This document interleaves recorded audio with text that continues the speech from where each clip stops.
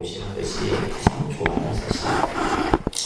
그래서 이제 부처님의 생애를 여러분들이 잘 이해를 해야 되고, 자, 그것을 바탕으로 해서 오늘은 부처님의 공덕과 부처님에 대한 불신에 대한 이해를 좀 갖는 공부를 할까 합니다. 우리가 이제 부처님 하면 딱 떠오르는 것이 바로 지혜와 복덕을 구족하신 분이다. 그죠? 복회라고 하죠. 그래서 복회. 그래서 우리가 귀불양족존이라고 하는 이제 한자로 이제 삼기를 할 때 두 가지를 부처님은 갖추고 계시는데, 하나는 뭐예요? 공덕이고, 그죠? 또 하나는 뭐예요? 지혜를 갖추신 분이 바로 부처님이다. 그렇기 때문에 이제 우리가 사실은 부처님에 대한 예경과 예배를 올리게 되는 거예요. 또 이제 불교는 다른 종교와 달리 다른 종교는 이제 하나의 신을 믿음의 대상으로 삼는데, 불교는 다양한 불신의 모습들이 서리집니다. 그래서 이 불신에 대한 개념이 여러분들이 정확하게 이해를 하고 있지 않으면 신앙적으로 상당히 혼돈이 없을 수 있죠, 그죠? 그래서 그런 부분들을 여러분들이 잘 이해를 해야 된다. 그리고 이제 우리가 또 부처님의 10가지 이름, 10호라고 그러죠. 여병목. 이것들, 이런 것들은 이제 여러분들이 외우셔야 됩니다. 그리고 또한 우리가 이제 부처님을 좀 더 이렇게 객관적인 입장에서 부처님의 모습을 볼 수 있는 것이 도대체 그분을 따르는 제자들의 면면의 모습들, 이런 것들도 여러분들이 잘 기본적으로 이해를 해야 되지 않나 싶습니다. 자, 먼저 붓다의 의미를 한번 보도록 할게요. 붓다의 의미. 도대체 우리가 앞에서도 계속해서 이제 강조하는 것이 부처라는 의미가 무슨 말이냐, 그죠? 부처라는 뜻이 뭐냐. 그래서 우리가 붓다라고 했을 때는 이거는 이제 인도적 표현으로서 인도에서 우리가 이제 그 범어로 인도 말로 표현할 때 붓다 이렇게 표현하는 거죠. 영어적인 표현도 이렇게 붓다라 이렇게 표현을 합니다. 우리는 그냥 뭐요? 부처님 이렇게 표현하는 거고. 자, 밑에 한번 경고를 같이 소리내서 같이 한번 합니다. 나는 일체에 뛰어나고 일체를 안하니 나와 같은 자는 없으며 이 세상에서 나와 비교할 자도 없다. 나는 일체를 이긴 승자요 일체를 아는 지자이니라. 자, 우리가 부처님 하면 어떤 분이냐라고 했을 때 부처님은 이런 분이다. 일체에 뛰어나고 모든 것을 다, 그죠? 우리가 예를 들면 어떤 인간의 어떤 상식선에서 이해할 수 없는 모든 진리의 영역이라든지 모든 것에 있어서 가장 뛰어난 분이고, 또한 일체를 다 아는 분이다. 그래서 다른 이제 종교는 그들이 쓰는 표현 중에 전지전능이다라는 표현을 쓴다는 거죠, 그죠? 그들은 항상 그들의 자신의 신을 호칭을 할 때 전지전능하신 이런 표현을 쓰는데, 사실은 우리가 붓다라는 의미 속에는 이미 이런 것들이 다 포함되어 있다는 얘기예요. 그래서 나는 일체에 뛰어나고 일체를 아나니 나와 같은 자 없다며. 나와 같은 자. 그래서 우리가 이제 예를 들면 천상천하무여불, 우리가 이제 여러분들 기도문 중에, 그죠? 부처님 찬탄하는 찬탄문 중에 보면 천상천하무여불 시방세계 영무비 세간 소유화징견 일체무유여불자. 이 많이 따라 하시잖아요, 그죠? 처음 듣는 소리예요? 처음 듣는 소리입니까? 자, 한번 천상천하무여불이다. 천상 한번 써볼까요? 천상천하무여불.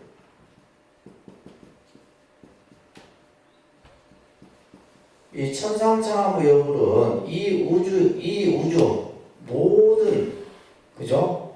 하늘 위 하늘 아래 이 말은 온 우주에 말이에요. 온 우주를 다 통틀어서 부처님 같은 분 없다 이런 얘기예요. 지금 요 표현하고 같은 말입니다. 그죠? 나와 같은 자 없다라는 말과 이 천상천하무효불이라는 의미는 시방세계 영무비 시방 이걸 다시 또 한 번 또 강조해요. 시방세계라고 하는 것은 이 우주 공간을 그죠? 시방이라 표현하잖아요. 시방세계에 또한 그죠? 비교할 자도 없다. 부처님을 누가 비교하냐 이 말이에요. 그죠? 그러니까 시방세계 영무비 자, 우리가 이제 예를 들면 서가모니 부처님의 명호를 부르든 또 약사일의 부처님의 명호를 부르든 아미타 부처님의 명호를 부르든 그 명호를 부르고 나서 찬탄의 이 표현을 할 때 이 표현을 가장 많이 쓰죠. 천상 천하무여불 시방세계 영무비다. 그래서 이 천상천하라는 말과 시방세계라는 말이 같은 말이에요. 같은 의미. 그래서 부처님 같은 분이었고 부처님과 비교할 자도 없다. 그러니까 부처님은 어떤 것과 비교의 대상이 될 수 없는 거예요. 아시겠죠? 예를 들면 부처님이 훌륭하냐 예수님이 훌륭하냐 이렇게 하면 안 되는 거예요. 부처님은 누구와도 비교할 수 없다. 세간소유 아진경 세간소유 세간이라고 하는 것은 다 같은 편이에요. 천상천하나 시방세계나 세간이라는 말 그죠? 우리가 사는 이 세간 세간의 소유 있는 세간 소유 아진경 내가 세간에 있는 모든 어떤 그 지식과 정보 모든 것을 다 살펴봐도 이 말이에요. 요즘에 예를 들면 뭐 인터넷만 딱 들어가면 모든 정보들을 다 우리가 볼 수 있잖아요. 그죠? 그 세간에 있는 모든 지식과 정보를 내가 다 뒤져봐도 일체무유여불자다. 일체무유여불자. 이 마지막 구가 다 앞에 3구를 그냥 다 나타내는 표현이에요. 일체, 일체 무유 여불자다. 부처님 같은 분이 없다 이 말이에요. 일체 부처님 같은 분은 없다. 그래서 우리가 이제 이 따라합니다. 천상천하무여불 시방세계 영무비 세간소유아진경 일체무유 여불자. 그러니까 우리는 지금 이 찬탄의 말을 하면서 사실은 여러분들은 의미를 모르고 그냥 내 따라만 하니까 이게 무슨 뜻인지 그죠? 무슨 의미인지 그러니까 10년을 다니면서 연구해도 모르는 거예요. 그래서 이 부처님을 우리가 어디에도 부처님과 비교할 자가 없고 그죠? 내가 가지고 있는 모든 생각을 다 가지고 헤아려 봐도 부처님을 헤아릴 수가 없는 거예요. 자, 그러면서 나는 일체를 이긴 승자요. 이 아주 유명한 구절입니다. 모든 것을 이겼다. 여기서 이겼다라고 하는 것은 뭐예요? 그래서 이 세상의 가장 위대한 승리자는 누구냐? 붓다다 이렇게 표현을 하는 겁니다. 일체를 이긴 승자요. 또한 일체를 아는 지자다. 일체를 다 알고 있는 분이 바로 부처님이다. 그래서 이 지금 구절에서만 우리가 봐도 부처님이 어떤 분인가, 그 부처님이 가지고 계신 공덕이 그죠? 무량무변하다는 것을 여러분들이 아셔야 되는 겁니다. 따라합니다. 부처는 여기서의 부처라고 하는 것은 사실은 이제 우리가 앞에서 제가 한번 말씀드렸는데 이 용어를 사실은 참 이게 정립이 되는 것이 참 어렵습니다. 부처하고 부처님은 다르죠. 부처하고 부처님은 다릅니다. 자, 우리가 이제 여기서 그냥 불 이렇게 했을 때는 그죠? 불 했을 때는 이것은 뭐냐면 그냥 말 그대로 여기서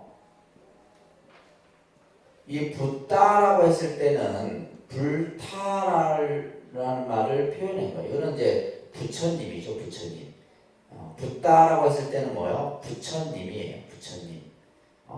그러면 불이라고 요 그러니까 부처라고 했을 때는 뭘 뜻하냐면 깨달음을 뜻하는 거예요. 깨달음, 각을 뜻하는 거예요. 각을 뜻하는 겁니다. 그래서 어느 스님은 부처와 부처님을 잘못 표현하면 되게 뭐라고 이렇게 야단을 치시는 스님이 계세요.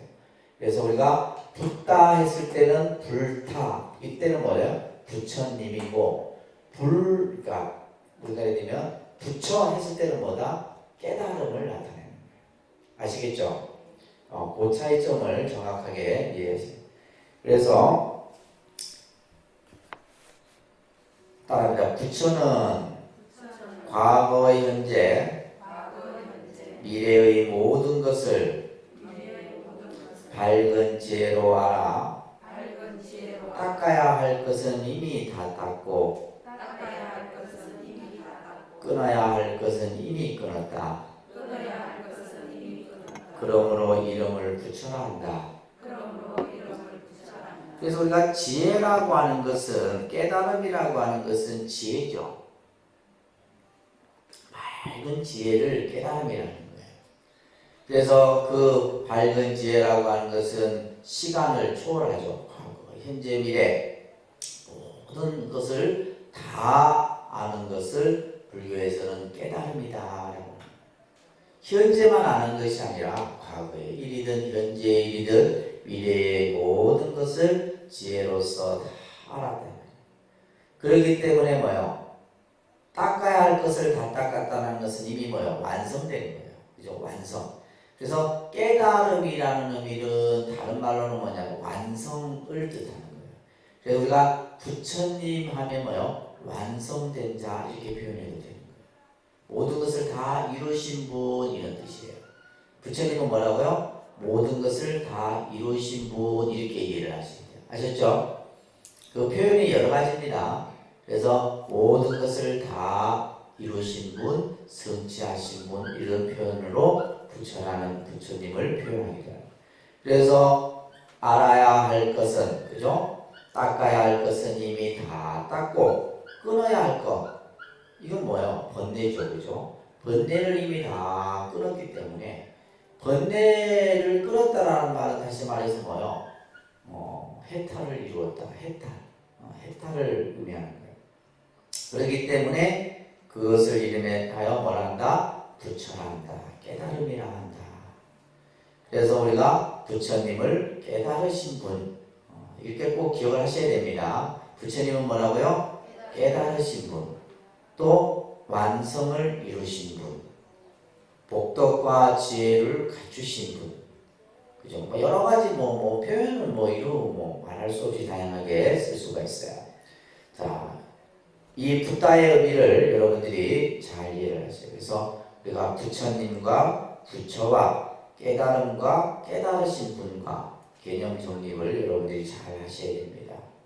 부처님이란 깨달은 사람이다. 깨달은 사람. 그것을 이제 우리가 한자로는 깨달을 각자를 써서 이렇게 써보세요. 깨달은 분을 각자다 이렇게 표현하는 거예요. 각자. 깨달은 사람의 뜻으로서 인도의 범어로는 뭘 한다? 붓다에 대한 그죠? 붓다로 표현하는데 이 붓다를 우리는 뭘 한다? 부처님이다. 그 다음에 성을 붙이면 이제 고타마 붓다. 고타마. 서가모니 부처님을 표현할 때는 고타마 붓다 이렇게 표현합니다. 약사열이 부처님은 또 다른 이름이 있고 그죠? 또 예를 들면 아미타 부처님도 또 마찬가지 각자의 명호가 있습니다. 자, 그런데 불교에는 시간과 공간을 통해서 시간과 공간. 그러니까 우리는 결국 뭐야? 시간과 공간 속에 살아가게 되는데, 그죠? 모든 이 지구가 생성하고 또 만들어지고 하는 모든 것이 전부 시간과 공간 속에서 이루어진다. 불교에는 이러한 시간과 공간 속에서 무수한 불보살들이 등장해요. 자, 이게 이제 사실은 어떻게 보면 다른 종교는 없는 불교만이 가지고 있는 아주 독특한 모습이죠. 다른 종교는 뭐요? 믿는 대상이 하나예요. 하나만 믿으면 되는데 불교는 뭐요? 그 믿음에 등장하는 인물들이 다양하다. 우리 지금 독립선언만 해도 뭐가 있어요? 서가모니 부처님 계시죠? 약사의 부처님, 비로자나 부처님, 아미타 부처님, 그죠? 다 여러 부처님. 그러니까 어디에다 뭘 해야 될지 모르고 무수한 불보살이 등장을 한다. 자, 시간적으로는 따라합니다. 과거불, 현재불, 미래불. 자, 과거, 현재, 미래. 이건 시간이죠, 그죠? 정리를 잘 하셔야 됩니다. 이런 설명은 여러분들이 이제 기본 과정, 전문 과정에서만 듣고 나중에 이제 뭐 경전 공부하고 할 때는 이렇게 이제 뭐 자세하게 설명 안 합니다. 예. 그래서 기본 과정, 전문 과정 중에 이제 이런 내용들은 여러분들이 완전히 숙지를 하셔야 돼요. 이것을 이제 우리가 알게 되면 삼세불이라. 그러니까 삼세불. 그래서 예를 들면 삼세불을 형태로 법당에 모시는 경우들도 있어요. 삼세불을 해서 법당에 이제 삼존불 형태로 모시는 경우도 있습니다. 그러면 삼세불은 아까 얘기했듯이 뭐요? 과거불, 그죠? 현재불, 무슨 불? 자꾸 말을 하셔야 돼요. 눈으로 보고 봐봤자 돌았으면 다 까먹습니다. 말을 자꾸 해서 내가 그것을 머릿속에서 자꾸 반복해서 이제 기억을 하셔야 돼요. 과거불은 이제 우리가 흔히 과거에 서가모니 부처님, 현재불이 이제 중심이죠, 그죠? 현재불은 누구예요? 서가모니 불. 누구예요? 서가모니 부처님이 현재불이에요. 그러니까 서가모니 부처님이 이 세상에, 그죠? 탄생을 해서 출가를 하고 깨달음을 이루기 전까지는 중생들이 부처가 있는 줄 몰랐어요. 서가모니 부처님이 깨달음을 얻고 나보니 부처가 나 혼자가 아니더라 이 말이에요.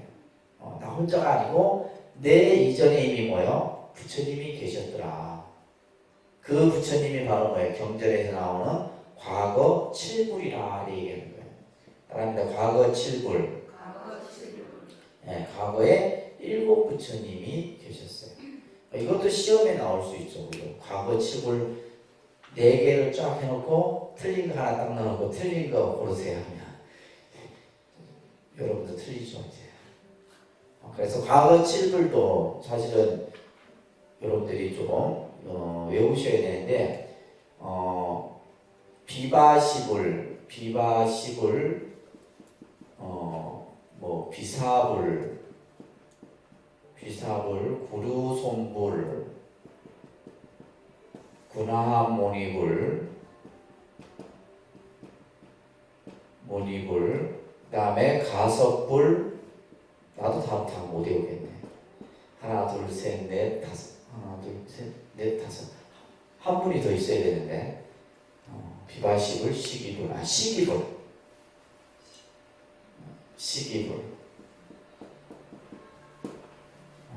이거 외우셔야 돼요. 따라합니다. 비바시불, 시기불, 비사부불, 비사부불이에요. 비사부불. 따라합니다. 구류손불, 군화모니불, 가섭불. 따라합니다. 비바시불. 저도 자꾸 안 하니까 저도 잊어버리잖아요. 따라합니다. 비바시불, 시기불, 비사부불, 구류손불, 군화모니불, 가섭불. 이렇게 이제 그 서가모니 부처님 이전에 이런 부처님이 계셨느니라. 이렇게 부처님이 이제 경전에서 설하시는 거예요. 서가모니 부처님까지. 그러니까 서가모니 부처님까지. 그래서 이제 우리가 보면 이제 뭐 과거에 이 부처님만이 계신 것이 아니라 어떤 부처님도 계시고 뭐 엄청 헤아릴 수 없어. 과거에 그냥 칠구라면 이렇게 하지만은 서가모니 부처님 이전에 서가모니 부처님도 사실은 뭐예요? 현재 분이 아니에요.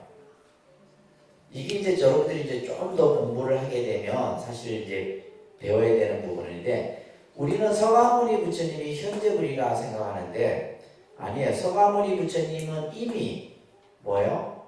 과거에 부처님이었어요. 단지 중생을 교화하기 위해서 중생의 몸으로 오신 거지. 이 말은 무슨 말이냐면 서가모니 부처님이 6년 고행으로 성불했다? 아니에요. 이미 뭐예요? 과거에 수많은 보살행을 닦고 깨달음을 이루었고 또한 보살의 수행을 완성하고 중생을 제도하고 교화하고 이런 이야기들이 경전에서 수도 없이 나와요. 여러분들 법화경 들었던 분들 계시잖아요. 법화경에 그게 전부 뭐예요? 과거에 서가모니 부처님의 얘기들이에요. 과거에 서가모니 부처님이 어떤 부처로서 어떻게 행적의 이야기들이 쭉 나오는 게 법화경의 얘기예요. 그렇듯이 이제 이 과거의 뭐 비가십을 시깁을 이거는 이제 우리가 교리적으로 설명하는 거고 좀 더 우리가 이제 크게 보면 서가모니 부처님 이전에 뭐다 많은 헤아릴 수 없는 부처님이 계셨다 이런 얘기예요. 그러면 현재불은 서가모니 부처님만이 현재불이냐? 아니에요. 현재불도 또 그죠. 예를 들면 서가모니 부처님 그 당시에 수많은 성문 제자들이 다 깨달음을 이루어서 법화경에는 뭘 나와요? 수리라는 게 나오잖아요. 수리가 나와서 어떻게 해요? 가섭존자에게도 수리를 내리고 그죠? 10대 제자들에게도 수리를 내리고 또 예를 들면 제가자들에게도 수리를 내리고 수리를 내렸다는 것은 이미 뭐예요? 부처라는 것을 다 이렇게 얘기해 줍니다. 그리고 나서 이제 우리가 이제 미래불은 대표적인 것이 이제 미륵불이죠. 무슨 부처님? 미륵불. 당내 화생 미륵존불 이렇게 해서 다음의 세상에. 그러니까 서가모니 부처님의 시대가 이제 서가모니 부처님이 중생을 교화하는 시대가 끝나면 그 다음을 이어서 오시는 부처님이 우리가 흔히 뭐래요? 미륵불이에요. 그러면 서가모니 부처님의 시대가 언제가 끝나느냐? 미륵 부처님이 언제 오시냐 했을 때 26억 7천만 년 이후에 오신다 이게 경계입니다. 26억 7천만 년을 한번 세워보세요. 그러니까 예를 들면 26억 7천만 년이 지난 후에 그때 이제 세상이 혼란하고 중생들이 고통에 빠졌을 때 중생을 구제하기 오실 부처님이 바로 누구다? 미륵불이에요. 그러니까 이제 불교는 3세 과거 현재 미래에도 세할 수 없는 많은 부처님이 계세요. 이런 부처님들이 다 왜 등장할까? 이게 중요해요. 왜 등장을 해요? 왜 등장을 합니까? 과거에도 부처님이 등장을 하고 현재에도 부처님이 등장하고 미래에도 부처님이 등장해요. 이게 딱 키워드 하나예요. 뭐 하기 위해서? 네가 마치면 수료시켜준다. 졸업시켜준다. 중생을 제도하기 위해서. 뭐 하기 위해서? 중생을 제도하기 위해서. 과거의 부처님도 그랬고 현재의 부처님도 그랬고 미래의 부처님도 전부 뭐예요? 중생을 제도하고 중생을 교화하기 위해서. 이게 이제 제일 중요한 키포인트입니다. 아시겠죠? 부처님이 이 세상에 수많은 부처님이 오셔서 우리들 앞에 놔두신 것은 전부 중생을 제도 교화하기 위한 거다. 뿐만이 아니에요. 이제 우리가 이제 이 삼세불은 시간으로서 이렇게 표현하는 부처님이라고 그랬어요. 그죠? 그 다음에 공간으로 표현하면 이제 우리가 시방불을 얘기를 하는데 사실은 이 시방불이 처음부터 시방불이 된 게 아니라 제일 처음에는 사방불, 따라합니다. 사방불, 오방불, 오방불도 나와요. 그 다음에 육방불, 따라합니다. 육방불. 그리고 나서 이제 시방불 이렇게 나오는데 여러분들 이제 조금 이제 이해를 제 강의를 처음 듣는 분들을 위해서 여러분들 신행집 다 갖고 계시죠? 신행집을 보시면 이제 어디가 나오냐면 보시면 아미타경을 한번 해보세요. 이 아미타경에 보시면 몇 페이지냐면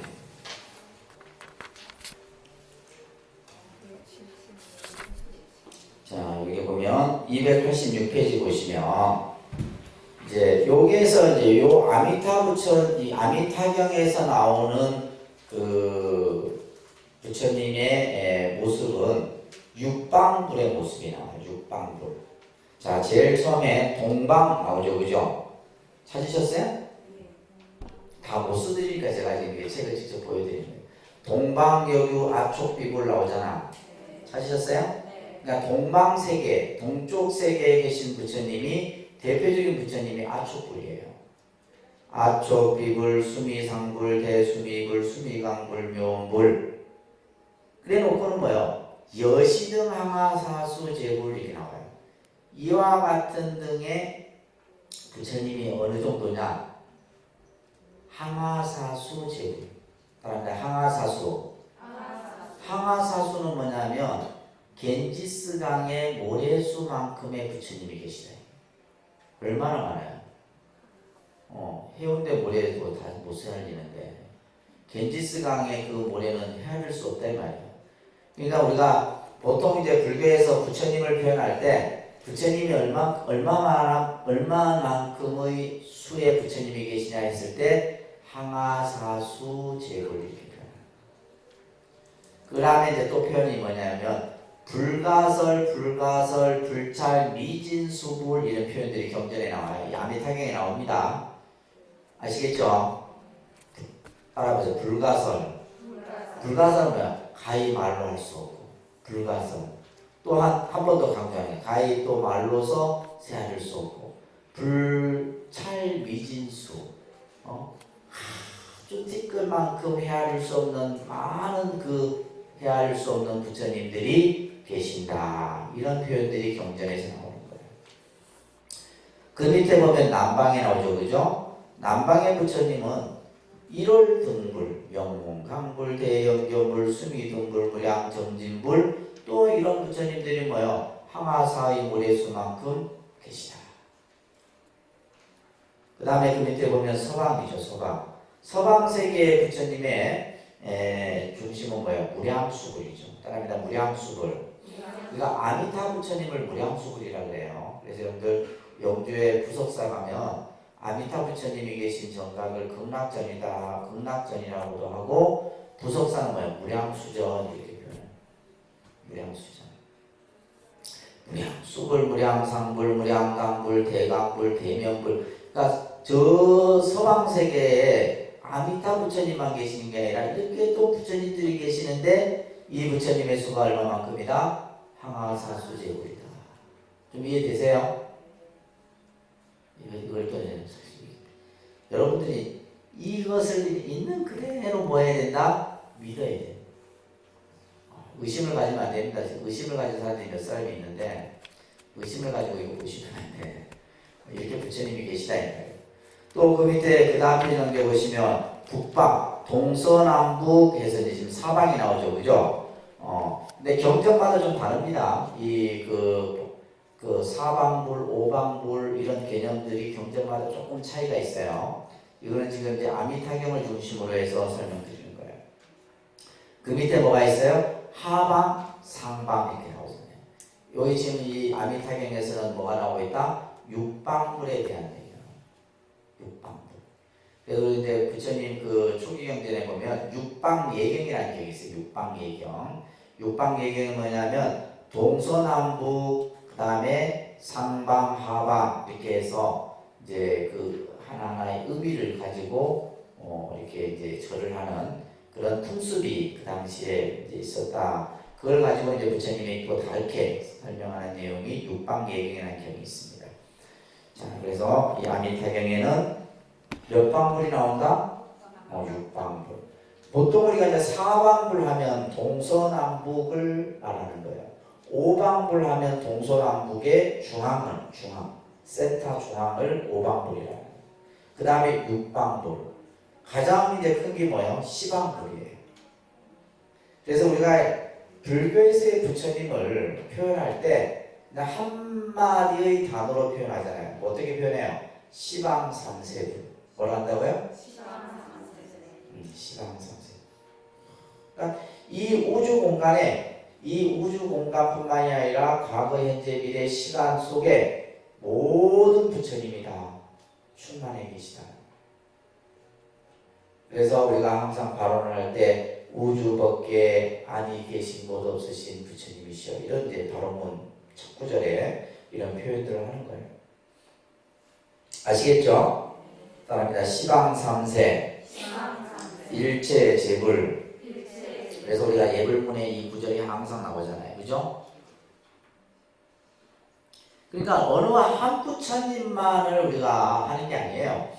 그냥 시방삼세 일체재불하면 뭐야? 이 지금 헤아릴 수 없는 수많은 부처님께 전부 이 우주 공간, 그죠? 과거, 현재, 미래 통틀어서 표현하는 표현이 바로 우리가 이제 이렇게 이러다 보니까 너무나 많은 부처님들이 경전에서 등장을 해요. 화엄경이면 화엄경, 법화경이면 법화경, 경전마다 부처님의 수가 헤아릴 수 없어. 헤아릴 수 없어요. 그 수를 우리가 미진수불이라고 해요. 아주 먼지만한 작은 티끌수만큼의 부처님이 이 우주 밖에 계신다 이렇게 표현합니다. 그러니까 이제 그런데 나중에 이제 뒤에 설명을 드릴 텐데 이 개념을 여러분들이 이제 정확하게 갖고 계지 않으면 혼돈을 올 수 있는 어떻게 보면 요소일 수도 있는 거예요. 자, 그 밑에 열애라는 말, 우리가 열애라는 말도 이제 많이 쓰잖아요, 그죠? 아니다, 타타가타. 이 타타가타를 열애라 그랬는데 뜻은 뭐냐면 있는 그대로 오시는 분, 또 오미 없이 오시는 분, 오셔도 온 바가 없다 이 말이에요. 또 가셔도 간 바가 없는 거예요. 그래서 이 여라고 하는 의미, 우리가 이제 불교에서 이 여자를 참 많이 좋아하죠. 그래서 여여라는 말도 우리가 많이 쓰죠. 불교에서 여여하다, 또 여일 이런 표현도 많이 쓰고 그죠. 이 한자로는 여자가 같은 여자입니다. 이 여자를 많이 다양하게 쓰는데 이 여의 의미가 있는데 첫째는 뭐냐? 아닙니다. 부처님 법은 시방삼세 두루 걸쳐 항상 변함없이 존재한다. 이 여라는 의미는 우리가 그래서 여법이라는 말도 쓰죠. 여법, 여여, 여일 이런 용어들을 쓰는데 이 여가 가지고 있는 의미는 뭐냐면 늘 변함없이 존재하는 의미로서의 여자예요. 그래서 우리가 불교에서 같은 여자가 들어가게 되면 그냥 늘 뭐 생겼다 없어지는 게 아니에요. 그냥 그대로 본래부터 존재하는 의미로서 쓰여지는 한자가 여자예요. 두 번째는 어떤 의미냐면 부처님은 6년 보행과 49년의 설법 그리고 열반으로 끝나는 것이 아니다 이 말이에요. 예를 들면 우리가 이제 부처님이 2600년 전에 인도에서 탄생하셔서 출가하시고 그죠? 깨달음을 이루셔서 49년 설법을 하고 열반에 드셨다 끝 이게 아니다 이 말이에요. 뭐요? 지금도 부처님의 법은 변함없이 늘 존재하고 또한 부처님의 그 법신은 지금도 우리와 함께하고 있다 이런 뜻이 여예요. 그래서 열애라는 말은 오미 없이 오고 감이 없이 갔다 이런 뜻이에요. 이 말이 이제 아주 의미가 미묘한 말인데 오미 없이 온다라는 말은 뭐예요? 온 바가 본래 없다라는 거예요. 부처님이 뭐 이 세상에 오셨다 그리고 가셨다 이런 게 아니에요. 온 바가 없이 오고 가신 바 없이 가셨다. 다시 말해서 뭐예요? 흔적이 없는 거예요. 흔적이 없지만은 없는 것이 아니다. 부처님은 항상 여기에서 이제 제일 중요한 포인트가 뭐냐면 부처님은 항상 우리와 뭐하고 있다? 함께하고 있다. 이것이 신앙적 믿음에서 아주 중요한 부분입니다. 부처님은 나와 항상 뭐 하고 있다? 그런 생각 가지세요. 여러분들은, 우리 불자들은 뭐냐면 부처님은 어디에 있느냐? 법당에 있다 생각하는 거예요. 법당에 있고 저 어디 뭐 봉정암에 있고 통도사에 있고 해인사에 있고 뭐 그죠? 근데 그런 개념이 아니에요. 부처님은 뭐예요? 내가 가는 곳마다 항상 뭐예요? 부처님은 나와 항상 함께하고. 그래서 예를 들면 우리가 이제 불교에서 쓰여지는 용어 중에 가호라는 말, 천수경 강의할 때 말씀드렸죠, 그죠? 가호. 근데 이거는 기독교에서 쓰죠. 신의 가호가 있기를. 그러니까 신의 가호라는 말은 뭐냐면 신이 항상 나를 나하고 함께하고 있다는 거예요.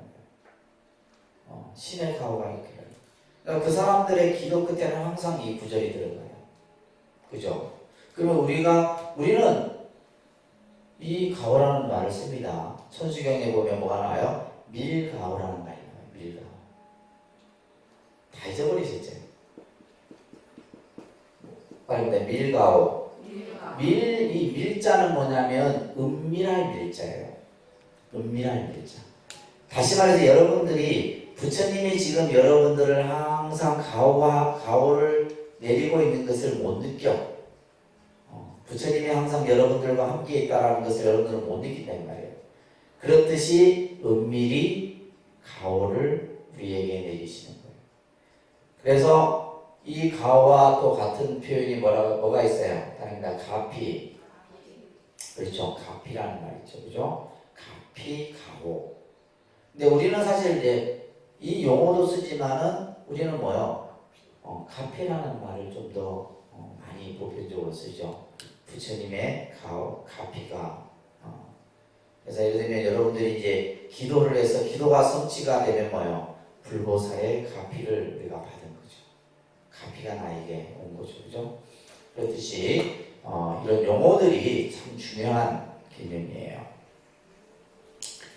자, 밑에 보시게 되면 우리가 이 부처님의 모습을 오랜 시간 동안 연구를 했어요.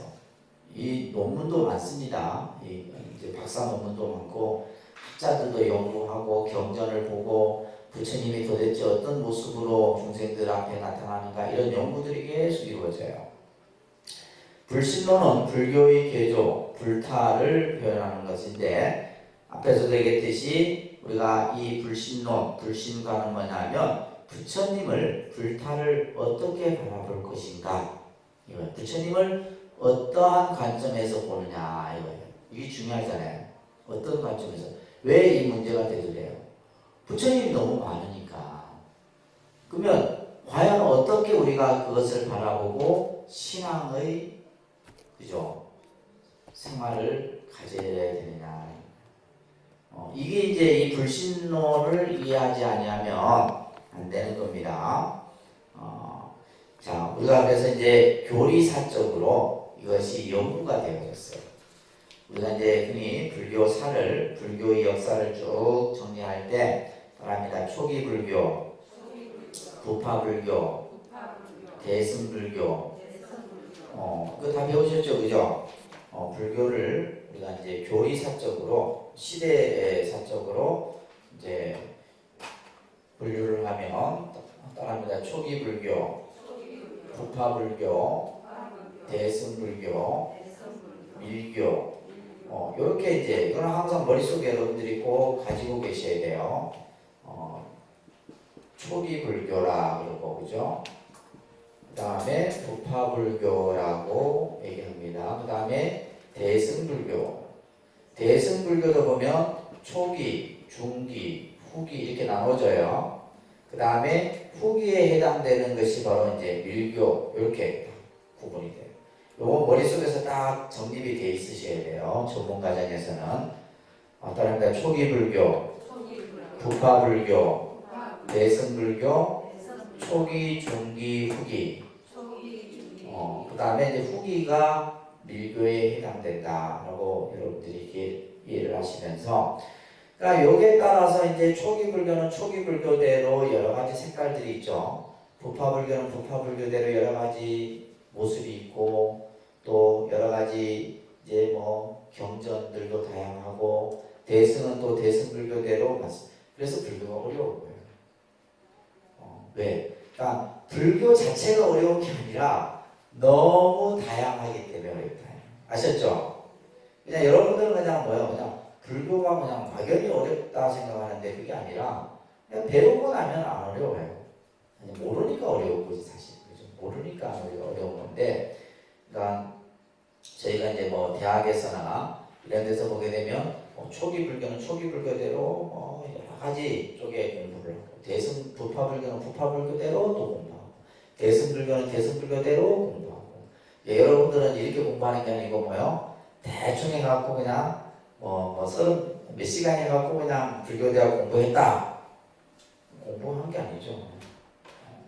공부를 우리가 하려고 하면 정말 많은 시간 여러분들이 이제 재미를 가지고 하셔야 돼요. 재미를 가지고 공부. 제일 중요한 게 재미를 가지고 하셔야 됩니다.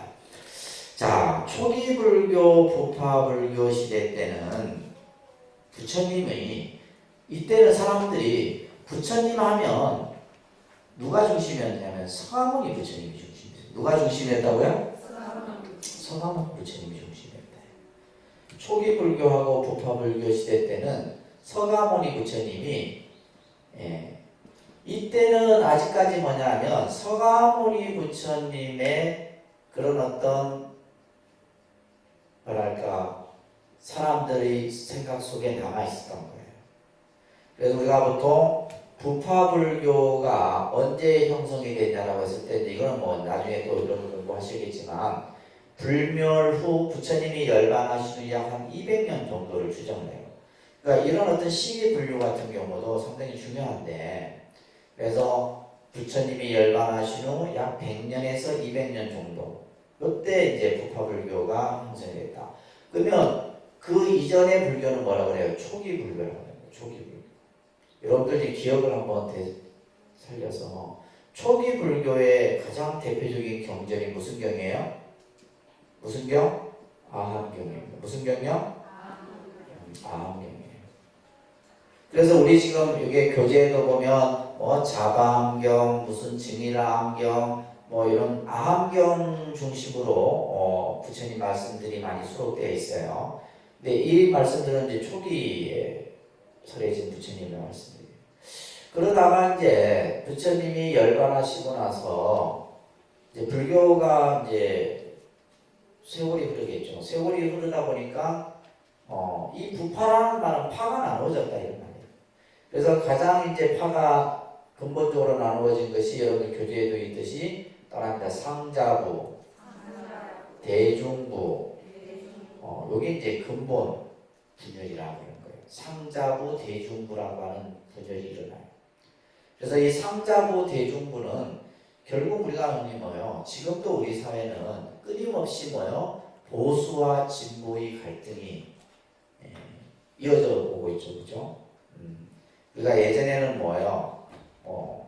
사회주의, 좌파, 우파 이런 이제 논쟁이 정치적으로 그죠? 좌파냐, 우파냐, 보수냐, 진보냐, 이런 것들이 끊임없이 우리가 인간이 사회를 형성하는 가운데에서는 존재한 거예요. 그래서 이 상자와 대중부의 기준점이 뭐예요? 보수와 진보입니다. 뭐와 뭐? 보수와 진보예요. 그러면 보수는 어떤 사람들을 보수라고 해요? 보통 우리가 일반적으로 그냥 생각하면, 그죠? 옛 것을 그대로, 과거의 것을 그대로 유지하려고 하는 사람은 보수예요. 보수적 성향이다 이 말이에요. 진보는 뭐예요? 시대에 따라서 바꾸자. 그래서 이 진보 세력은 뭐예요? 끊임없이 변화, 개혁 이런 것을 요구합니다. 그러니까 이 이념이 잘 조화롭게 되게 되면 사회나 정치나 경제는 발전하죠. 근데 이 두 이념이 뭐예요? 끊임없이 충돌을 하게 되면 거기에서 또 뭐가 나눠져요? 또 나눠져요. 그래서 나중에 이 대중부 상자부가 몇 개로 나눠지면 18개의 부파로 나눠지게 돼요. 우리 그 이번에 국회의원 선거할 때 정당 나눠지듯이 18개의 파로 나눠지는 거예요. 18개의 파. 그래서 이때 이제 이 부파불교가 그랬지만 요 시대 때까지만 해도 뭐요? 그 영향력 속에는 뭐가 있었다? 서가모니 부처님의 사람들 내리 속에는 있었던 거예요. 그러면서 또 한편으로는 서가모니 부처님의 모습을 볼 수는 없잖아요. 그렇죠?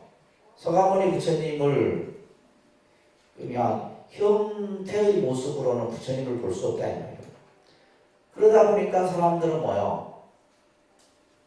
부처님이 열반하신 후 제일 먼저 만들어진 것이 일이 뭐냐면 결집이라는 것이 이루어져요. 뭐가 이루어진다? 부처님 말씀을 기록을 해두자. 그 기록하는 일을 결집이라고 해요. 그래서 부처님이 열반하신 후 얼마 안 되어서 교단의 분열이 일어납니다. 교단에 문제가 생겨요. 어떤 문제가 생기냐면 부처님이 계실 때는 통제가 됐었어요. 그렇잖아요. 부처님이 계시니까 부처님 말 한마디면 모든 교단들이 다 통제가 됐었는데 부처님이 열반하시고 나자마자 이제 어긋장 놓는 사람들이 생기는 거예요. 당연히 생깁니다. 이제 부처님이 가셨으니까 우리가 하고 싶은 대로 하자. 이제 그런 이제 막 그 움직임들이 일어나자 부처님의 제자였던 가섭이 부처님 말씀을 통해서 우리가 이 교단을 유지해야 된다 해서 제일 먼저 했던 것이 결집이에요.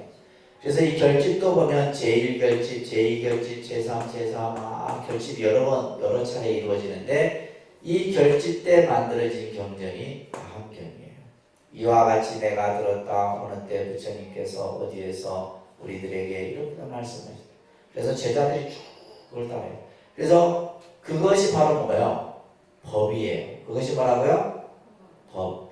부처님께서 종생들에게 말씀하신 진리, 법 자체가 이제 하나의 믿음의 대상이 됐던 거예요. 그래서 서가모니 부처님과 법이 믿음의 대상이 됐던 시대가 무슨 시대? 초기 부파불교 시대예요. 이걸 이제 제가 지금 설명하듯이 설명할 수 있어야 돼요. 그래서 이해를 한 겁니다. 그러니까 이걸 설명하기 위해서는 복합적인 개념들이 다 머릿속에 정리가 돼야 돼요. 한 부분만 가지고는 이게 설명이 안 되겠죠. 그죠? 예를 들면 결집의 이야기도 이해해야 되죠. 이런 어떤 교단사적인 부분도 이해해야죠. 그렇기 때문에 상당히 이게 복잡한 거예요, 사실. 제가 설명을 하긴 하지만. 자, 그래서 일단은 여러분들은 뭐요? 초기 불교, 부파불교 시대 때는 뭐가 중심이었다? 서가모니 부처님과 법이 중심이었다. 자, 그러면서 또 시대가 변해. 시대가 변하면서 어떤 시대가 도래해요? AD 1세기경에 대승 시대가 나타난다. 대승. 이 대승불교 시대는 결국 초기 불교나 부파불교 시대가 시대를 따라가지를 못해. 그래서 대승불교 시대에는 이때 이제 나타났던 경전들이 여러분들 대승 초기에 나타났던 경전들 한번 볼까요? 따라합니다. 반야경, 법화경, 유마경, 무량수경 이런 이제 경전들이 이제 등장을 해요. 대승 초기에. 대지도론은 뭐냐면 반야경의 논서예요. 대지도론. 이 용수보살이 지으신 건데 이 대지도론 같은 거 한번 봐야지 이제 불교를 제대로 공부했다고 하는 거예요. 반야경만 해도 몇 부예요? 600부 반야에서 600권이 600권. 어마어마하죠. 법화경도 28권. 그죠? 유마경, 무량수경, 기타 경전, 화엄경도 여기에 들어갑니다. 화엄경. 그래서 이런 경전들이 대승 초기에 성립이 되게 되는데 이때 이제 대승 초기에서는 부처님을 두 가지 모습으로 본 거예요. 따라합니다. 법신, 색신. 여기서 법신의 개념이 등장을 해요. 법신의 개념이 등장합니다. 대승불교에 와서. 대승불교에 와서 법신의 개념이 등장을 해요.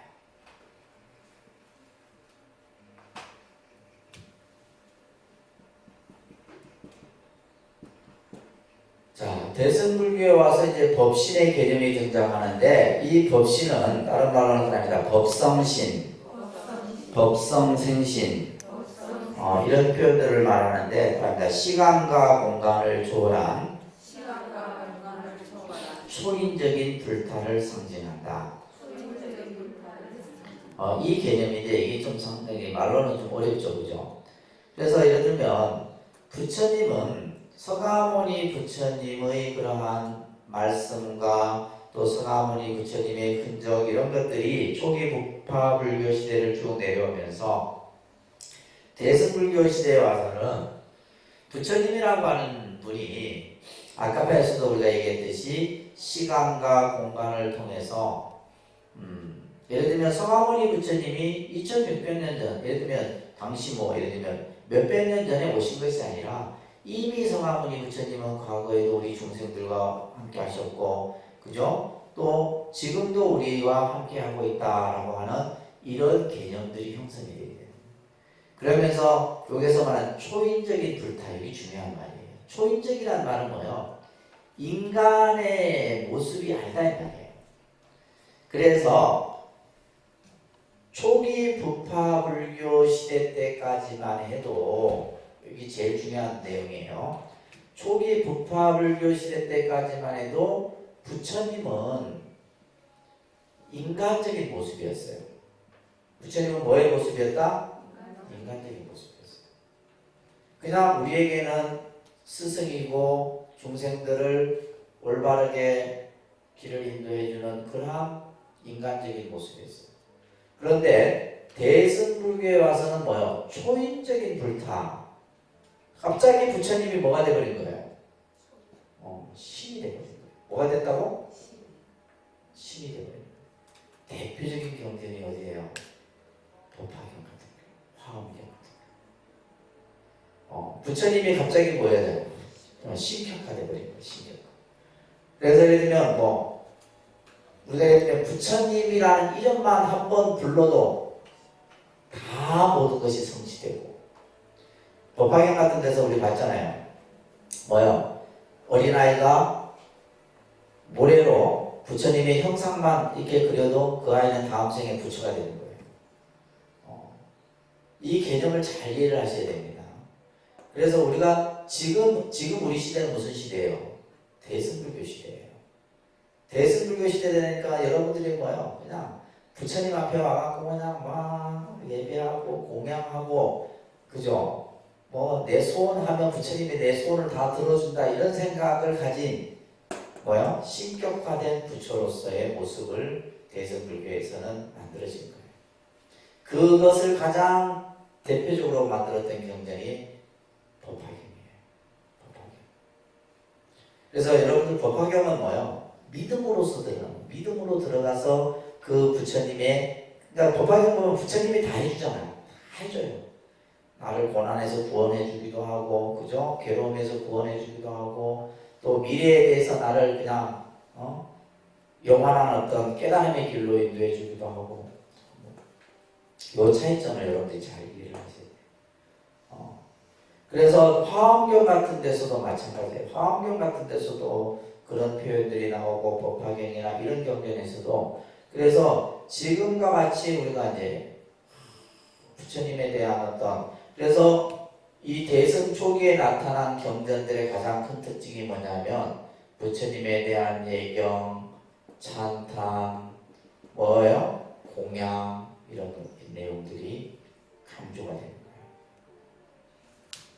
무슨 말인지 아시겠죠? 초인적인 불타를 나타낸 거예요. 대승 불교 초기에 와서. 근데 그 영향은 누가 준 거예요? 경전에서 그런 것들이 드러나기 시작합니다. 그러다가 대승 중기에 오게 되면 AD 7세기 이후에요.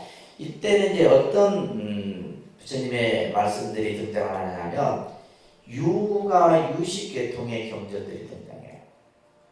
해신밀경이라든지 해신밀경, 능가경 이런 이제 경전들이 등장을 하는데, 특히 이제 대승장엄경론 이런 데서 이제 부처님의 모습을 삼신설로 정립하시킨다. 그래서 이제 먼저 제일 중요한 것은 일신설, 일신설, 이신설, 삼신설 이렇게 변화 발전되는 거예요. 지금 우리는 뭘 부처님을 바라볼 때 어떤 개념으로 삼신설의 개념으로 여러분들이 보고 계신다 생각하시면 돼요. 한 5분 쉬어 갈게요. 그 내용입니다. 대승 중기 이 AD 7세기 이후에 와서는 이제 이 유식계통의 경전들이 그래서 이때는 이제 주로 무착 나중에 여러분들 배울 겁니다. 2학기 때 더 자세히 무착이나 세침 이런 보살. 그래서 대승 초기는 용수보살이 이제 여러 이제 부처님의 경전들을 편찬하게 되고, 그다음에 이제 대승 중기는 이제 무착이나 세침 이런 보살들을 중심으로 해서 유가 유식 계통의 경론들이 나오게 돼요. 그래서 유식에서는 자성신, 수용신, 변화신 이런 이제 그 표현들이 나오는데 이것을 우리가 이제 일반적으로는 그러니까 법신, 보신, 화신 이 삼신불의 개념이 나옵니다. 그래서 지금은 이제 우리가 보통 부처님의 모습을 삼신의 모습으로 표현을 하는 거죠. 삼신. 그래서 아까 얘기했듯이 사찰마다 삼세불을 모신 경우도 있고 삼신불을 하는 경우, 그러니까 삼신불이 가장 보편적인 개념이에요. 그래서 우리가 법신은 뭐냐면 깨달음 그 자체를 불의 본질로 보는 것이 법신이에요. 그래서 이 법신불은 형상이 없습니다. 형상이 없는 거예요. 법 자체이기 때문에. 근데 그 형상이 없는 부처님을 우리는 형상으로 표현해 놓고 있죠. 그죠? 형상을, 모습을 만들어서 표현해 놓고 있는데 그 부처님이 바로 누구예요? 청정법신 비로자나불이에요. 그러니까 청정법신 비로자나불. 그래서 이 비로자나불을 바이로차나 이렇게 보여요. 바이로차나, 이렇게 바이로차나 붓다 이렇게 표현하는데 이 비로자나라는 말은 뭐냐면 광명변조 이런 뜻을 가지고 있어요. 비로자나. 광명, 빛이에요. 빛.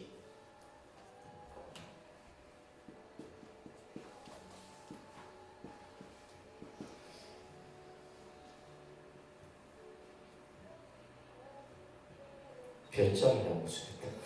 한자를 안 쓰니까 이제 잘 큰일 났네 이제. 변절이가.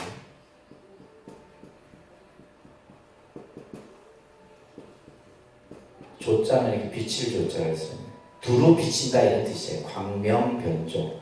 비로 자라라는 뜻이 그렇습니다. 그러니까 광명변조. 중요한 것은 뭐예요? 이거예요. 이거. 광명이에요. 광명. 이 광명은 깨달음 그 자체를 빛으로 표현하는 거예요. 상징적인 거죠. 그죠? 광명이 뭐라? 깨달음. 그 자체의 본질을 광명. 그래서 여러분 통도사는 이 비로자나 부처님 모신 정각을 대광명전 이렇게 표현하는 거예요. 대광명. 그러니까 앞에다가 이제 대자, 이 대자라고 하는 것도 이거는 이제 상징적인 거. 이건 절대의 대자죠. 크다 이런 뜻이 아니에요. 그래서 대광명전 혹은 뭐 비로전 또 예를 들면 대적광전 이렇게 하는 데도 있어요. 대적광전 다 뭐요? 비로자나 부처님을 모신 법당을 이렇게 표현하는 겁니다. 그래서 광명변조다. 그래서 빛이라고 하는 것은 비치지 않는 것이 없잖아요. 어느 곳만 비친다 이게 아니잖아요. 그죠? 광명의 그 빛은 온 세상을 다 비추는 거예요. 그렇기 때문에 법신분은 뭐예요? 어디에는 계시고 어디에는 안 계시고 이런 개념이 아니에요. 마치 빛과 같아요. 빛과 같아서 세상을 다 두루 충만해 계시는 부처님이 바로 뭐예요? 비로자나 부처님이에요. 비로자나, 바이로차나. 그래서 깨달음 그 자체, 진리, 빛 그 자체를 깨달음으로써 표현하는 부처님을 비로자나 불이다. 그래서 그 다음에 이제 보신불이 등장을 하게 되는데 보신불을 잘 보세요. 이 보신불은 특징이 뭐냐면 원을 세워요. 보신불의 특징은 첫째 뭐라고요? 원을 세워서 수행을 이루어 갖고 그 원이 성취됨으로써 부처가 되신 분들이에요. 대표적인 분이 우리는 그냥 노사나 부처님을 일반적으로 표현하지만은 대표적인 분이 아미타불이에요. 아미타불도 보신 분입니다.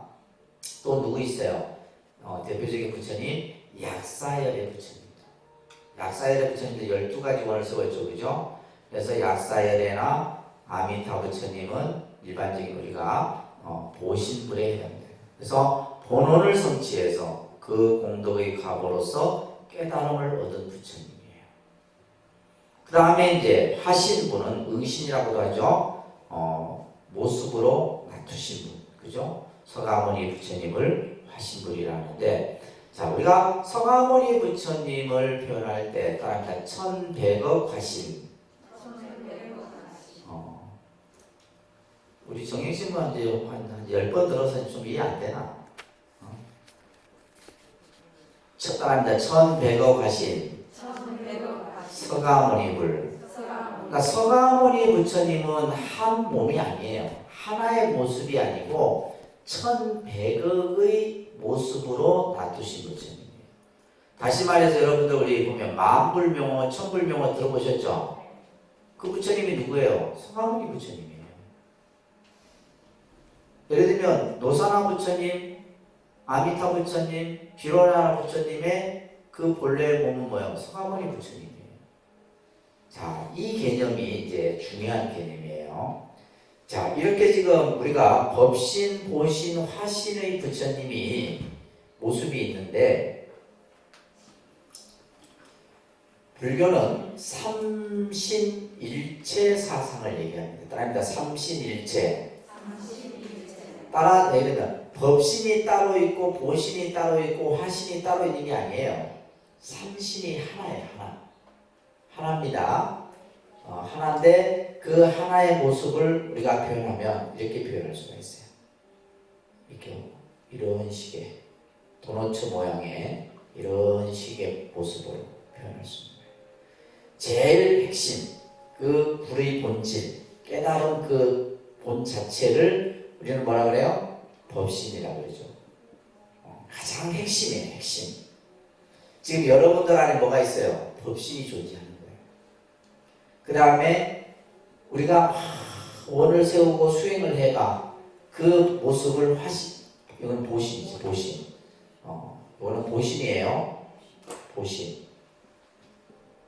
그리고 마지막, 그죠? 이 빛이 어떻게 해요? 다 온 세상을 비치잖아요.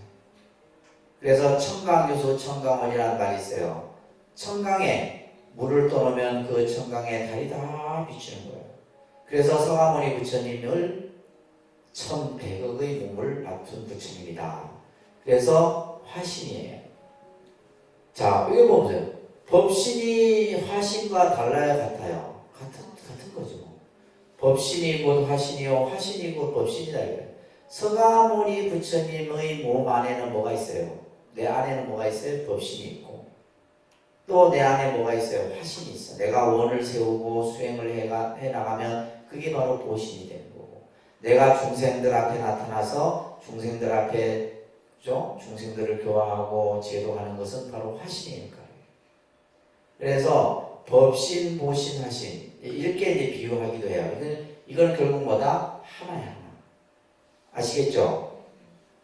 예를 들면 우리 저 법당에도 보면 비로자나 부처님이 계시고 노사나 부처님이 계시고 서가모니 부처님이 따로따로 이렇게 모셔놨지만은 결국 이 화신 안에 뭐가 있어요? 법신, 보신이 있고, 보신 안에 법신, 화신이 있고, 법신 안에 화신, 보신이 다 들어있는 거예요. 이게 삼신일체 세상입니다. 자, 예를 들면 광명, 아까 법신은 뭐라 그랬어요? 광명, 빛이라고 했죠. 빛이. 이 빛이 세상을 다 비춰. 그죠? 이거를 예를 들면 달에 비유해서 보름달, 환한 보름달을 비유합니다. 그러면 이 보름달 그 자체는 뭐가 되겠어요? 법신이 되는 거예요. 그러면 이 달이 다 세상에 비춰진 모습은 뭐가 되고? 화신이 되겠죠. 이 비춰지는 과정은 뭐가 돼요? 이거는 보신이 되는 거예요. 이렇게도 설명을 합니다. 삼신을 설명할 때. 이해되세요? 이해됩니까? 그러니까 결국 이 말의 핵심은 뭐냐? 우리가 불교에 과거불이 있고 현재불이 있고 미래불이 있고 삼세불이 있고 시방 삼세불이 있고 법신, 무신, 화신이 있지만은 그 부처님이 결국 뭐다? 다르지 않다 이런 얘기예요. 이게 제일 핵심입니다. 아셨죠?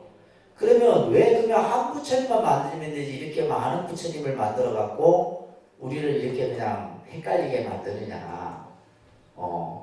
불교의 가장 핵심은 뭐라 그랬어요? 중생을 뭐 하는 것? 제도하는 거예요. 중생을 제도하는 거예요. 중생을 제도하는 데 있어서 또 하나 어떻게 제도해요? 불교는 어떻게 제도해요? 그냥 일방적으로 맹목적으로 하는 게 아니에요. 어떻게 제도해요? 근기에 맞춰서. 뭐에 맞춰서? 이걸 이해를 잘 하셔야 돼요. 부처님이 이 세상에 수많은 부처님이 이 세상에 오신 이유는 뭐다? 중생을 제도하는 거고 그 중생을 제도하는데 어떻게 제도하느냐? 중생의 근기에 맞춰서 제도하는 거예요. 그러니까 중생들은 각기 뭐가 달라요? 욕구가 다 달라. 아픈 사람, 가난한 사람, 병든 사람, 굶주리고 배고픈 사람 다 중생들의 처한 현실이 다 달라. 그러면 그 중생들의 근기에 맞춰갖고 그죠? 부처님은 여러 가지 모습으로 중생들한테 나타나요. 때로는 아미타 부처님의 모습으로, 때로는 약사열의 부처님의 모습으로, 무슨 부처님의 모습으로 전부 나타나요. 그래서 왜 불교에 이러한 많은 불보살이 등장하느냐? 중생들을 근기에 맞춰 제도하기 위해서다. 그것을 이제 좀 더 우리는 이제 뭐에 따라서 뭘로? 방편으로 따릅니다. 방편, 근기, 중생제도 요 단어를 잘 여러분들이 조합을 하실 수 있어요. 중생을 제도하기 위해서 부처님은 뭘로? 방편으로. 뭘로? 방편으로 중생의 근기에 맞춰서 제도하기 위해서. 그렇기 때문에 다 불교에는 수많은 부처님들이 다 그 중생들이 원하면 그래서 우리가 예를 들면 어떨 때는 어떤 불보살의 명언을 부르고 어떨 때는 어떤 근데 그게 서로 다른 거냐? 관세음보살과 지장보살이 다르냐? 안 달라요. 똑같아요. 그러니까 이 개념을 정확하게 이해하지 못하면 뭐요? 관세음보살이 지장보살보다 더 힘이 세니 기가 세니 뭐가 어떠니 이렇게 따지고 있는 거예요. 똑같습니다. 그러면 보살은 또 왜 등장을 했느냐? 부처님의 대행자의 역할로서 등장한 게 또 뭐예요? 대승불교에서는 보살이 또 등장을 해요. 보살은 더 중생들 곁에서 중생들의 입장에서 생각하는 분이 바로 보살이에요. 부처님이 보냈어. 너희들이 중생 세계들에 가서 중생들을 직접 교화해라. 그래서 관세음보살, 시장보살, 문수, 보현 이런 보살들이 대승불교 사상에서 등장을 하는 겁니다. 핵심은 뭐다? 이거예요. 아시겠죠? 불교의 핵심은 이겁니다. 중생을 제거하고 중생을 교화하기 위해서 부처님께서는 방편과 중생의 근기에 따라서 가지 법을 설하고 우리들 곁에 항상 계시는 겁니다. 그렇기 때문에 부처님의 불신은 그죠? 육신은 멸해도 법신은 상주한다. 이게 유명한 열반경의 법신상주설이에요. 그러니까 법신상주설. 육신, 부처님의 몸은 육신 자체는 없어졌지만은 부처님의 그 법신을 우리는 진짜 참 몸이라. 그것을 진신이라는 거예요. 법신을 다른 말로 뭐라 한다? 진신. 여러분들의 우리가 지금 내가 가지고 있는 이건 육신이잖아요. 근데 내 안에 뭐가 있어요? 법신이 있다 이 말이에요. 이 법신은 불생불멸이에요. 뭐 없어졌다 생겨나고 생겨났다 없어지는 게 아니라 이 말이에요. 그렇기 때문에 부처님의 법신은 항상 상주하는 거예요. 그래서 증인왕경에 나오는 경구를 여러분들이 잘 기억해야 되겠죠? 일단 나의 육체는 비록 멸하지만 법신은 영원히 머물러 없어지지 않느니라. 그러니까 이 증인왕경은 초기 경전에 아함경에 해당되는 경전인데 이 암경전에서 법신은 영원히 없어지지 않는다라는 말이 저 대승불교의 대승경전인 열반경에서도 이런 표현들이 똑같이 등장을 하는 거예요. 법신은 영원하다. 법신 상주하다. 법신은 항. 그래서 법신 청정광무변이라는 말이 있어요. 이제 우리가 부처님 찬탄하는 찬탄문 계속 중에 하나인데 법신은 청정해서 그 빛이 무변하다. 이 세상을 비치지 않은 곳이 없다. 이런 얘기예요. 자, 그래서 삼신설을 잘 기억을 하시기 바랍니다. 아시겠죠? 자, 그 다음에 여러분들이 또 꼭 기억해야 될 것이 뭐냐? 부처님이 갖추신 공덕의 모습이에요. 우리는 부처님의 이제 그 삼신에 대한 개념만 이해해도, 참 부처님이 중생들을 얼마나 중생을 생각하고 중생을 교화하고자 하는 마음이 큰지 우리는 알 수 있는데, 그 부처님이 갖추고 계신 공덕의 모습이 또 어마어마하다는 거죠. 그것을 교리학적으로 18불공법이라. 그러니까 18불공법. 이거는 부처님만이 갖추신 공덕의 모습이에요. 그러니까 여러분들도 이제 깨달음을 얻어 부처가 되면 이 18가지의 공덕상을 갖추게 되겠죠. 그죠? 부처님만이 갖추신 모습인데, 자, 첫 번째가 심력입니다. 그러니까 심력, 사무소에, 삼념주, 대비. 요 타이틀 정도는 꼭 기억하세요. 시험에 나옵니다. 부처님의 18가지의 공덕의 모습.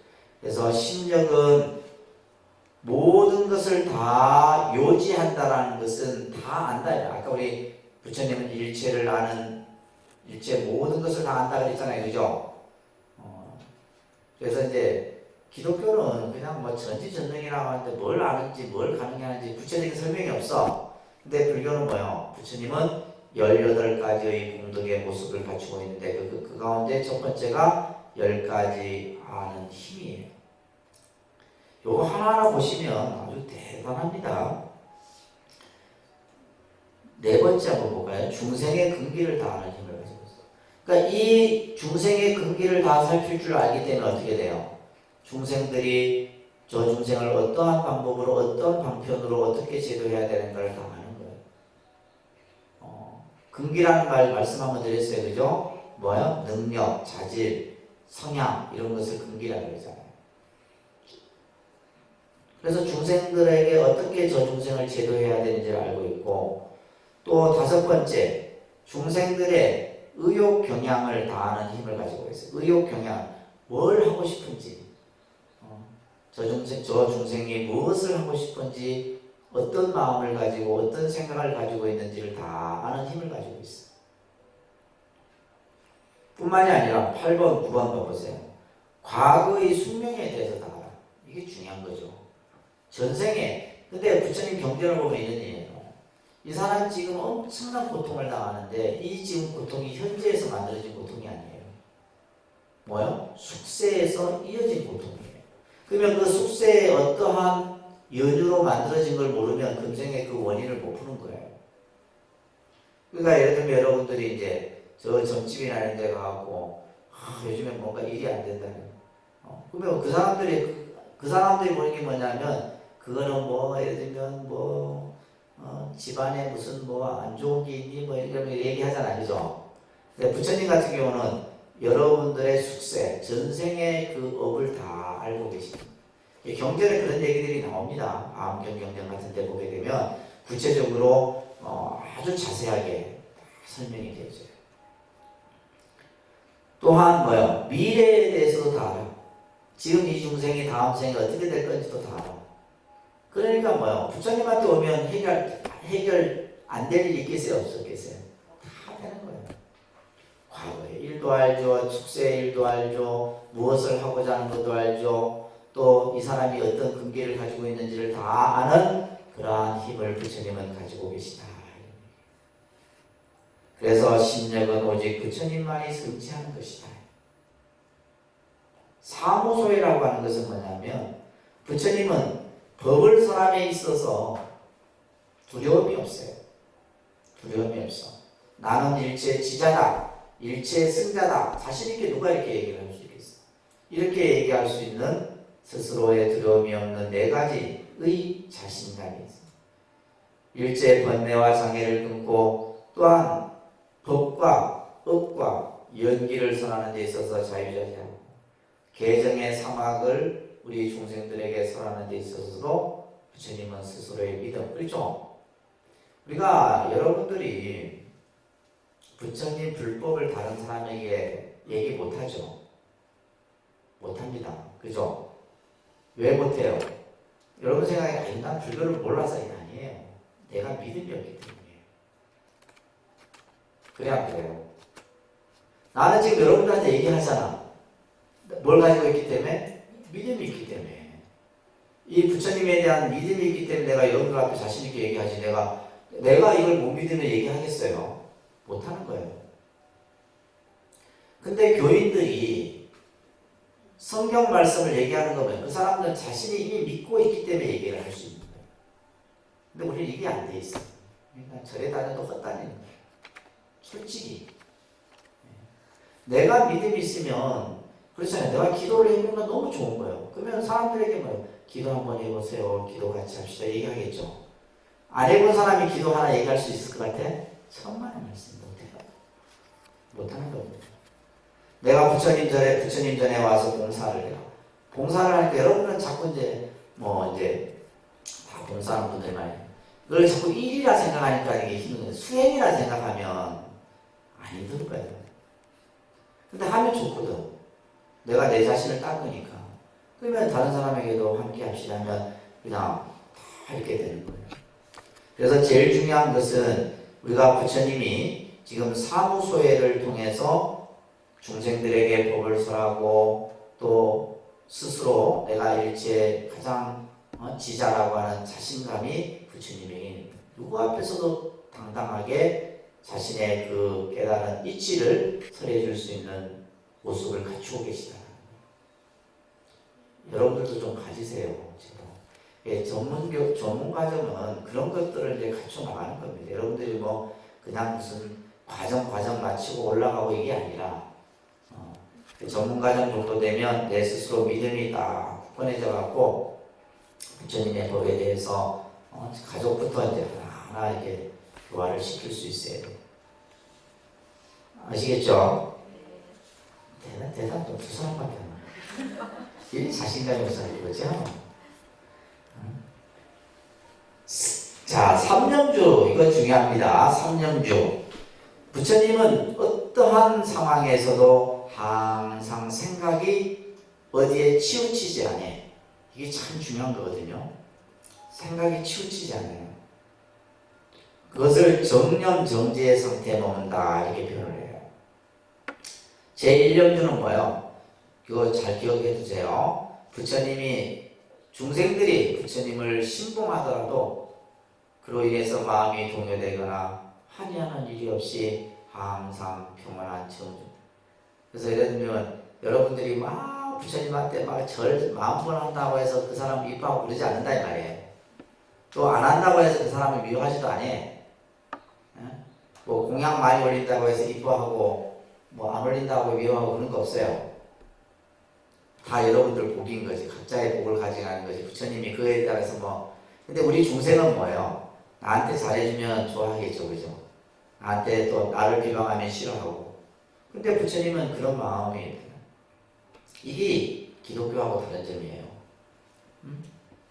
기독교는 뭐예요? 안 믿으면 지옥 간다 그러잖아요. 근데 불교는 그런 표현이 없어요. 부처님을 신봉하든 신봉하지 않든 부처님은 항상 뭐에 머문다? 정념 정지의 상태로 머문다. 이게 삼념주예요. 삼념주. 세 번째 보시면 중생이 부처님을 신봉하거나 비방하거나 부처님은 기뻐하는 마음도 근심하는 마음도 일으키지 않고 정념 정지에 안주하는 거예요. 아시겠죠? 부처님이 이런 분이야. 이런 분인 걸 알아야지 뭐 여러분들이 부처님에 대해서 예견심도 생기고 하는 거예요. 마지막에 이게 중요한 거예요. 대비. 부처님이 가지고 계신 가장 큰 공덕의 마음은 대비심입니다. 그러니까 여러분들이 이제 우리가 절에 와서 여러분들이 절에 다니는 것은 결국 불심이잖아요. 그죠? 절에 다니는 마음을 우리는 뭐라 그래요? 불심이라 그래요. 그래서 그 불심을 우리는 저 사람 참 불심이 돈독하다 이런 표현을 쓰거든요. 큰 스님들이 절에 열심히 다니고 이런 분들 보면 봉사도 하고 마음 쓰는 것을 보면 불심이 돈독하다 했을 때 그 불심이 바로 대비심이에요. 무슨 마음? 대비심. 이 대비심이라고 하는 것은 중생의 그 아파하는 마음이에요. 중생들의 고통스럽고 힘들어하고 하는 그 마음을 중생의 입장에서 똑같이 아파하는 마음. 그게 바로 뭐예요? 불심이에요. 근데 여러분들은 안 그렇죠? 여러분들은 안 그렇다면 남이 잘 되면 꼴을 못 봐. 남 잘 되는 꼴을 못 보고 그냥 다른 사람의 고통을 나의 기쁨으로 생각하고 그렇단 말이죠. 우리 중생들이 그래요. 중생들이. 그런데 우리가 불심이라는 것은 항상 그래서 우리가 대자 대비심이라는 그래서 자심 비심을 같이 표현하기도 하는데 실제 자신보다도 더 큰 마음이 비심입니다. 대비심이에요. 아시겠죠? 그래서 부처님은 이와 같이 18가지의 공덕의 모습 이 모습을 갖추고 계신 거예요. 그러니까 뭐요? 우리가 쉽게 말해서 부처님은 외형적으로 30 이상 80종을 하는 말을 들어보셨잖아요. 그죠? 32가지, 80가지의 세세한 그러한 외형적인 모습을 갖추고 있지만은 그 내면에는 뭘 갖추고 있다? 18가지의 공덕성을 갖추고 계신 거예요. 그러니까 누구나 봐도, 누가 부처님의 모습만 봐도 그대로 귀의하는 마음이 일어나고 예경하는 마음이 일어나는 거예요. 쉽게 말해서 이거는 덕상입니다. 덕상. 그래서 여러분 우리 불자들도 이제 수행을 하고 하게 되면 이러한 공덕의 모습들을 우리가 갖출 수 있다. 그 다음에 이제 여러분들 부처님을 우리가 또 거룩하게 생각하는 이유 중에 하나가 부처님은 명호가 10가지 명호예요. 이것도 외우셔야 된다 그랬어요. 그죠? 시험에 나옵니다. 10대 명호, 10대 제사, 뭐 시험에 반드시 나오는 것들이에요. 다음에 열애, 은공, 정변지, 연행조, 선서, 세간의, 무상사, 조장부, 천인사, 불세존. 이건 매번 집에 가서 쓰고 외우셔야 돼요. 그래서 우리가 명호라고 하는 것은 이름, 그죠? 이름 쉽게 하면 이제 이름인데 결국 우리가 부처님의 명호를 늘 부르잖아요. 부처님의 명호를 부르는 것을 우리는 뭐라 그래요? 기도의 형태에서 정근이라 그러는 겁니다. 뭐라 한다고요? 정근. 부처님의 명호를 부르는 것. 이것을 정근이라 그래요. 서가모니불, 서가모니불, 서가모니불, 관세, 보살, 관세, 보살, 관세, 보살, 불보살의 명호를 부르는. 이 명호를 부르는 것은 어떤 의미가 있다고요? 명호를 부르는 의미는 어떤 의미예요? 찬탄이에요. 찬탄. 뭐라고요? 찬탄. 이제 잘 좀 이해를 하셔야 됩니다. 그래서 명호를 우리는 부름으로써 이 명호를 부른다는 것은 결국 찬탄인데 무엇을 찬탄하는 거예요? 무엇을 찬탄해? 그냥 뭐 이름을 부른다고 찬탄이 아니라 부처님의 그죠? 부처님의 공덕을 찬탄하는 거예요. 이 말은 뭐냐? 훌륭하십니다. 거룩하십니다. 위대하십니다. 이런 의미가 담겨 있는 거예요. 실제 우리가 서가모니불 부처님의 명호를 부르고 관세음보살의 명호를 부르고 하면서 그 명호 속에는 뭐예요? 부처님의 공덕을 뭐한다? 찬탄하는 거예요. 부처님의 공덕을 찬탄하는 거예요. 근데 우리가 예를 들면 부처님의 공덕을 알아야지 찬탄이 이게 연결될 거 아니에요. 그죠? 그냥 예를 들면 그냥 입으로만 매 불러보고 되는 게 아니에요. 안 부르는 것보다 낫겠지만, 안 부르는 것보다 낫겠지만, 자꾸 이제 부르다 보면 부처님과 내가 신앙적으로 가까워집니다. 우리 그랬잖아요. 이름을 자꾸 불러주면 어떻게 돼요? 사람이 이름을 자꾸 불러주면 어떻게 돼요? 가까워집니다.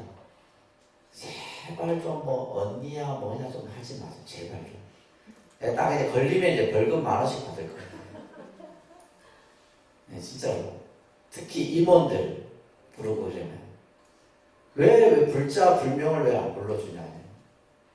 명호를 이름을 불러주셔야 돼요. 불명을. 그걸 해야지만 서로 존중을 하게 되는 거예요. 존중을 예를 들면 뭐 언니야 뭐 나이로 지금 하는 거 아니야. 나이로 생각하다 보면 나중에 이제 뭐 나이도 어린 것이 나한테 막 대등해 막 이런 생각. 근데 그런 관계가 아니고 불자와 불자의 관계로 생각하면 그런 갈등들이 안 일어나요. 무슨 말인지 아시겠죠? 제발 좀. 내가 몇 번 들어도 그때 얘기하다가 내가 요즘은 내가 많이 참습니다. 사실. 그래서 예를 들면 무슨 뭐 수영성 불자님, 정행신 불자님 이렇게 보살님이든 그렇게 명호를 불명을 해서 꼭 붙여요. 그러니까 이게 안 돼. 근데 우리가 부처님 명호도 봐보세요. 참 그 명호 하나하나가 거룩합니다. 열애라는 말은 우리 앞에서 봤고 은공은 뭐요? 마땅히 공양을 받을 만한 그러한 자격을 갖추신 분이다 이런 뜻이에요. 은공. 그래서 여러분들이 부처님께 공양을 다 거룩하게 올리는 거예요. 공양을 받을 만한 자격을 갖추신 분이에요. 그 다음에 세간에 6번째 보면 모든 것을 다 알아. 무상상 뭐야? 부처님보다 더 높으신 분이 없어. 무상상. 천인사, 하늘과 인간의 스승이에요. 이 세상에 가장 큰 스승이 누구냐? 부처님이다. 이런 얘기예요. 또 세존, 세상에서 가장 존귀하신 분이에요. 이렇게 이제 여러 명호들을 우리가 부처님의 명호 속에서도 그 부처님이 가지고 계신 공덕의 모습을 우리는 또 엿볼 수가 있습니다. 뿐만이 아니라 우리는 부처님의 제자, 사실 그렇잖아요.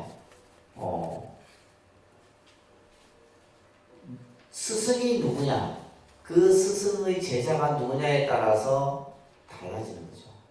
그래서 부처님은 정말 그 49년 동안, 그죠?